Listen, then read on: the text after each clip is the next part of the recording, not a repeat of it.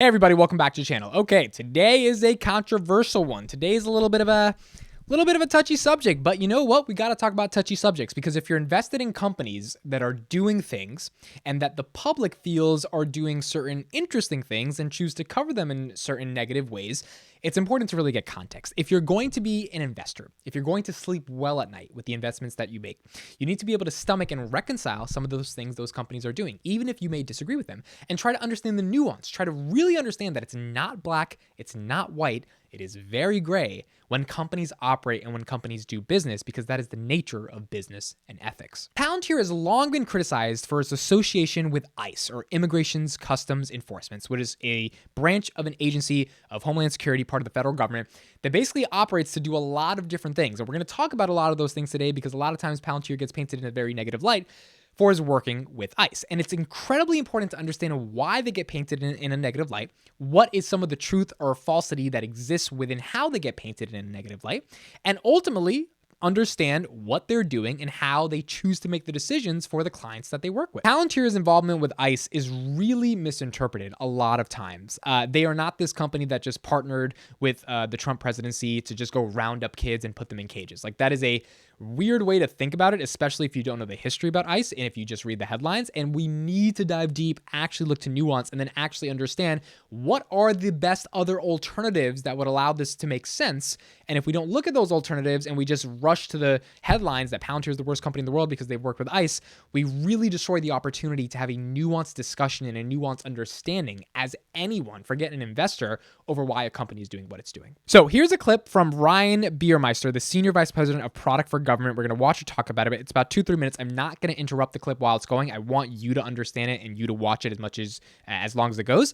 And then after that, we're going to do our analysis. There's been so much controversy about, in particular, your contract with ICE and other government contracts. Why, I mean, I guess as just a starting point, for a question, why do you choose to do business with an agency like ICE? This has been, linked to workplace raids and deportation. So, I mean, our values and our mission, we take on clients that align with that. And that mission is democracy, it is national security, it is those things in conjunction with privacy and civil liberties. And I think we all live in a pretty polarized climate right now. Society is heavily cleavaged, and I think it means that people rush to various sides of debates and think of them in very black and white ways, as opposed to appreciating nuance. So for the ICE question specifically, the Obama administration brought us to ICE in 2011 for something called Operation Fallen Hero, which was an ICE agent was murdered across the border while sitting in his vehicle by 12 people.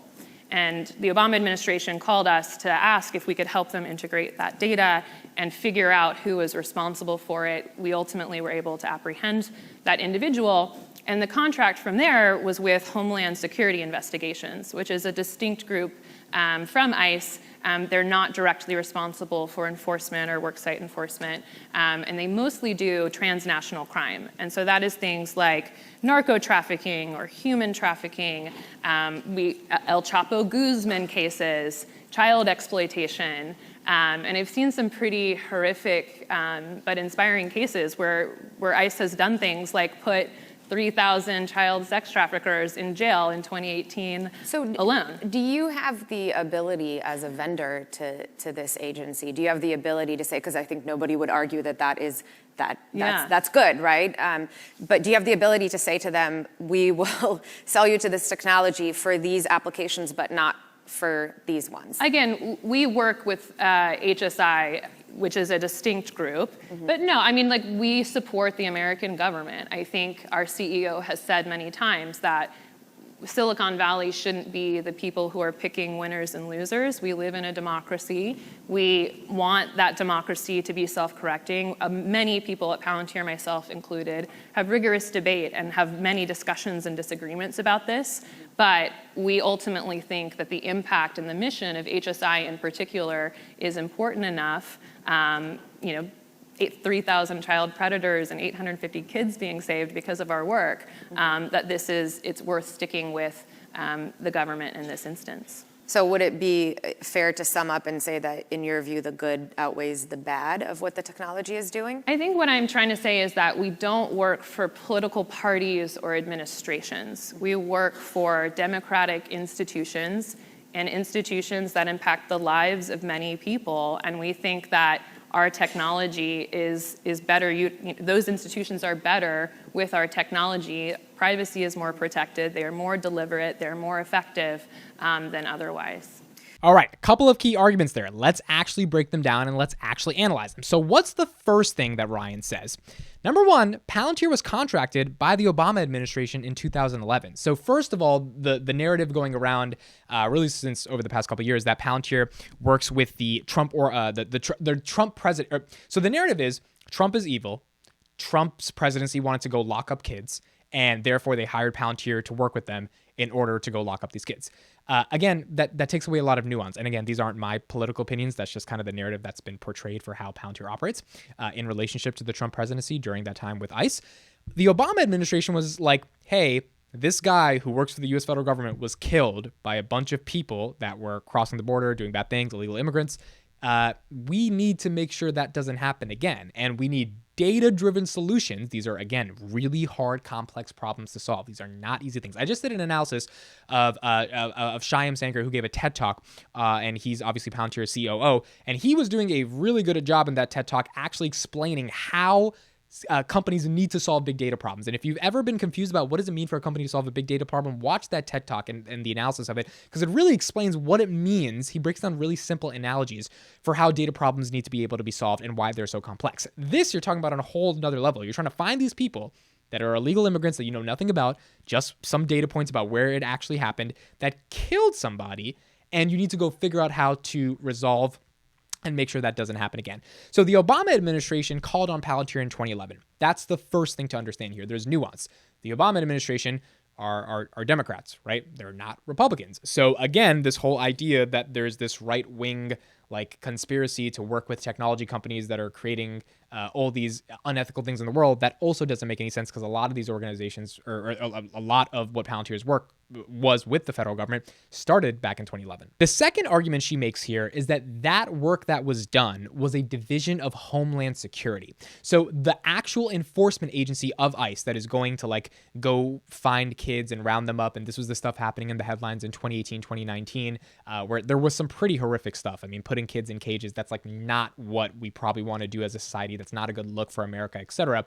That's not specifically the agency that Palantir was working with. That is a subdivision of ICE. ICE is a lot more bigger than just this one organization. It is a subdivision of the Homeland Security Division, or Homeland Security, which meant Palantir was working with them writ large. Their entire technology was integrated throughout a lot of those agencies, but it's not like they were exclusively contracted, and that's sort of Ryan's point, that there was a contract with Homeland Security, not just a contract with one subsidiary of an enforcement agency just to go do one specific task that was claimed in the headlines in 2018, 2019. The third argument here is that a lot of the work was really good. And this is the conversation about ethics in business that is very important to have. It's very important to have if you are an investor that's investing in companies, because as I did in my Ross Gerber analysis, who's turning into a little bit of the Gordon Johnson of Palantir, his argument was like, Palantir mines data. Mining your data is bad. Like they're trying to like surveil you, blah, blah, blah, blah. And it's like, A, a lot of those things were false. But B, he's citing this corporate responsibility, right? This idea of ESG, this idea that a company has to be ethical. And my response to Ross, and I actually tweeted to him the other day, is like, well, how do you reconcile some of the unethical things that your top holdings do, like Apple using sweatshop labor to make their iPhones? Why can you stomach that because their stock price goes up, but because you're not in Palantir, you can't stomach their problems? These are nuanced discussions, and there's not a right or wrong, but there is nuance to be had here. So when you're able to stop narcotics from crossing borders, and you're also able to stop child sex trafficking and overall human trafficking, that's a good thing. Like, as you can see, as the interviewer said, it's like, that's pretty much an objectively good thing. No one would argue against that, right? So that's one thing to think about. Those aren't reported in the headlines, that this technology platform is actually saving people from being sexually assaulted and abused across border lines, and stopping drugs from entering in certain places that's causing a lot of violence and crime. Like, those things need to be resolved. And the beautiful thing about technology is that technology is innovative enough to find effective, fast mechanisms to be able to resolve those things, because the people who are dying from those things, the people that are being affected from those things, they don't have time to wait. Like, if you have solutions to those problems, you should probably solve them. And the final argument she makes here is about civil liberties. So we've seen Palantir talk about civil liberties a lot. Palantir is one of the only technology companies that works with the federal government that actually is able to monitor and protect, not only from the culture of the company, from the philosophy of the company, from the literal technology of the company, civil liberties. Meaning, when data is integrated into the federal government, into the CIA, into the FBI, and they know a lot of stuff about a lot of people that is highly confidential, how do you know those agencies aren't going to misuse that data? How do you know those agencies aren't going to use that data in a way that is counterproductive or essentially surveilling the individuals that they have that data on? That's where technology comes in. And the sort of bull case here for Palantir in the context of civil liberties is if there wasn't a technology company, another third-party vendor that was providing the service that had civil liberties protections at the core DNA of its technology, and I've done some videos on this, I'll leave it in the description, but this is the nature of why Palantir was even created in the first place, then the government would have full control over it, right? They would have a tyrannical authoritarian control over how they integrate data, how they understand data, and ultimately how they control data. And we know the government is not a technology company, right? The government doesn't know really what to do. In fact, when Palantir caught Bernie Madoff, I did a video on that a couple weeks ago, the literal article that I was reading said that the United States' own military software to try to like fight crime and financial crime that cost $2.3 billion to create was not as good as Palantir, right? So like the government itself already admitted that Palantir stuff is way better.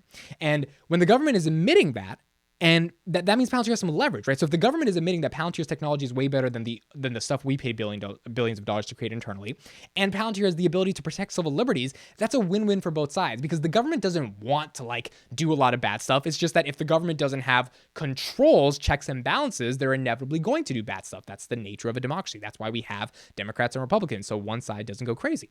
So if Palantir has technology that is able to help the government become more fast, effective, and efficient and solve these problems that exist, and Palantir is able to protect civil liberties, that makes the government look good, but that also makes people feel safe at night, knowing that a technology company is working with the federal government to make sure data can't be misused.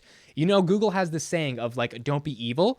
There's a world in which Palantir can't be evil because the technology that they're using doesn't allow it to be evil because of the protections for civil liberties. So Palantir's whole argument is like, we're not Democrats or Republicans. We're not here to ideologically impose the belief of the CEO of a couple thousand person company and a incredibly complex software onto what's going on in the country. Our job is to say, okay, the country democratically elected this person, and this person is administrating their policies. If we as a company choose to stop working and impose ideological beliefs, that means that government can't trust us. And that means that ultimately we are becoming a monopoly on the technology that we have and ideologically imposing that monopoly in different ways. A lot of those ways can be problematic because then when that presidency leaves and the next presidency comes into place and you kind of like as a company agree with his positions more than the other positions, that signals that you're not really a company that is able to be trusted or work with. And one of Alex Karp's biggest arguments that he makes is like, if you're a soldier in a war and you're wearing a Palantir suit, you gotta be sure that you can trust that suit, right? You can't say that, oh, I can only trust this suit if Joe Biden or Barack Obama is the president. Like, you have to be able to trust that suit, meaning you have to be able to work with a government or a company that is politically neutral and that is able to just build the best technology that is possible. This also means that Silicon Valley companies that don't work with the US federal government, that stands up for Western democratic values, but then work for other nations that are adversaries of democratic values, i.e. the sort of Apple argument about creating all your iPhones in sweatshops in China versus like bringing those wages to the United States and bringing those jobs to the United States, or then not working with the government when they need you to do certain things. That becomes a contradiction between business and ethics. And I'm not saying there's a right or wrong here, but there is nuance. So for Palantir to have left ICE in 2017, 2018, because they disagreed with what they were doing. And by the way, there's a good clip of Alex Karp vehemently disagreeing with some of the stuff ICE did in 2018, 2019. I'll leave that in the description. Like, he was not a fan of it because politically he voted for Hillary Clinton. Like, he is a progressive on the progressive left. he still understands the foundational element of when you build a company and a technology that works with institutions that need to be able to trust your product. You can't just walk away when you don't agree with what the company is doing. That doesn't allow a company to actually be a company in the first place. And at that point, you do have to do some good outweighs the bad stuff. Because if you can objectively agree that some of the stuff that our product is used to be able to do is bad in certain ways, or it doesn't feel the best, but a lot of the stuff it's used to do is really good stuff, how do you weigh between those things? A lot of times companies just have to be utilitarian and figure out this outweighs this matters more. Even though some of these things are bad, we're going to try to minimize that stuff by stopping the civil liberties, by making sure we integrate a lot of technology and privacy into what we're doing. But at the end of the day, the government is the government that is selected by the people. And if the people select a government to administer certain policies democratically, that government has to be respected, because in a democratic society, there's nothing we can do other than respect the rule of law and the fact that democracy exists in order for people to be able to make decisions freely and have those decisions count by a majority vote in a society. If we don't have that, we have authoritarianism, and then nothing really is democratic in the first place. And this is what I mean by business and ethics are incredibly complicated, right? So like, if the government is doing something bad and they're doing something bad using an iPhone, or they're using Google to search for certain things in order for them to do something that's like objectively bad, are Google and Apple responsible at that point? Like, should Google stop licensing its search engine to the government, even though they don't do that, right? It's just a random website, in order for this to happen? Like, these are complicated questions. Should Apple not sell phones to immigrant customs enforcement officers because they don't want their phones to be used by these people, because those people are going to be communicating with those phones to do bad things? Like, these are kind of the really important questions to think about. Now, Palantir, you may argue, okay, Palantir is a direct software that's working with these people to do direct things, but then Palantir is also working with all these other subdivisions of the government, all these other divisions and subsidiaries that are doing all these good things. And how do you reconcile this? Just like a lot of people in the government are using their iPhones to do a lot of good things, right? Not just bad things. So this discussion is nuanced here, right? And it's really important to understand that if a company is trying to protect civil liberties, meaning they're trying to create technology that doesn't violate people and their data while working with institutions that have the ability and have shown the ability to violate people and their data, and that company is creating technology that is only working with democratically elected institutions, meaning they're not taking this very complex and potentially abusable technology to Russia and China and all the other places that have known to do massive human rights violations. They're not working with them. And you have a company that has empirically been able to show that they can use their data to find bad things that are happening, like human traffickers, and stop them in sight. And they're politically neutral, because they're not saying we're not going to work with Obama because he's a Democrat, or we're going to work with Trump because he's a Republican. We're just going to work with the institution that is democratically elected in the first place. Then you've got a company that is very different from a lot of other Silicon Valley companies. And you've also got a company that actually has culture, actually has a mission, and actually has values. And I think that's the key takeaway to understand from this. When people just say, oh, they worked with ICE, they're a bad company, they don't understand the nuance. They don't understand the good things that they've done. They don't understand how their software is integrated with the entire federal government and how certain subdivisions use it and don't use it. And they also don't understand that in business, things are complicated when you try to mix ethics into it. And there are a lot of loopholes, and there are a lot of ways and a lot of cost-benefit analysis and a lot of philosophical discussions that people need to have in order to come to these conclusions. It's not as black as white as saying something is good or something is bad. The good outweighs the bad if there is a bad. And there are bads for a lot of different companies. The question becomes, what is the good that they're doing? And ultimately, are they going to still work with an institution that is more democratically elected, or are they going to take their product away, not be trustworthy, not protect civil liberties, have that government do a bunch of other things that ends up being worse, and then go work with adversarial companies or countries like most Silicon Valley tech companies do, but don't get the blame for it because those things are hush-hush, i.e. Apple working with China to create these iPhones, versus working with the federal government where the public and the media and the New York Times will like blast you if you're doing some bad things. That's the nuance here to have, and that's the important thing to consider when you're thinking about a company's relationship when it comes to business ethics and ESG. So those are my thoughts on this. Palantir has worked with ICE in the past. They may be working with ICE in the future. It's important to understand how a technology is integrated within a government. It's important to understand how the government is actually using that technology. And it's important to understand all of the good things that come out of a company working with the government a company that's creating proprietary software that is actually complex enough to protect people and their liberties and their privacy. And it's important to understand what it means for a company to be politically neutral and not impose their own ideological beliefs on a democratic elected institution. I think that's the sort of biggest point here. And if you're able to understand that and able to understand that nuance, then this conversation gets a lot more understandable versus just headline driven, which is what I think it mostly is a lot of times, not just with Palantir, but with a lot of other companies. So hopefully this discussion gave a little bit more of my thoughts on what it means for business and ethics to coincide and what it means for a company to actually reconcile some of these hard issues that every company has to deal with, because business is complicated and being a good steward of the environment is complicated and being ethical is also very complicated.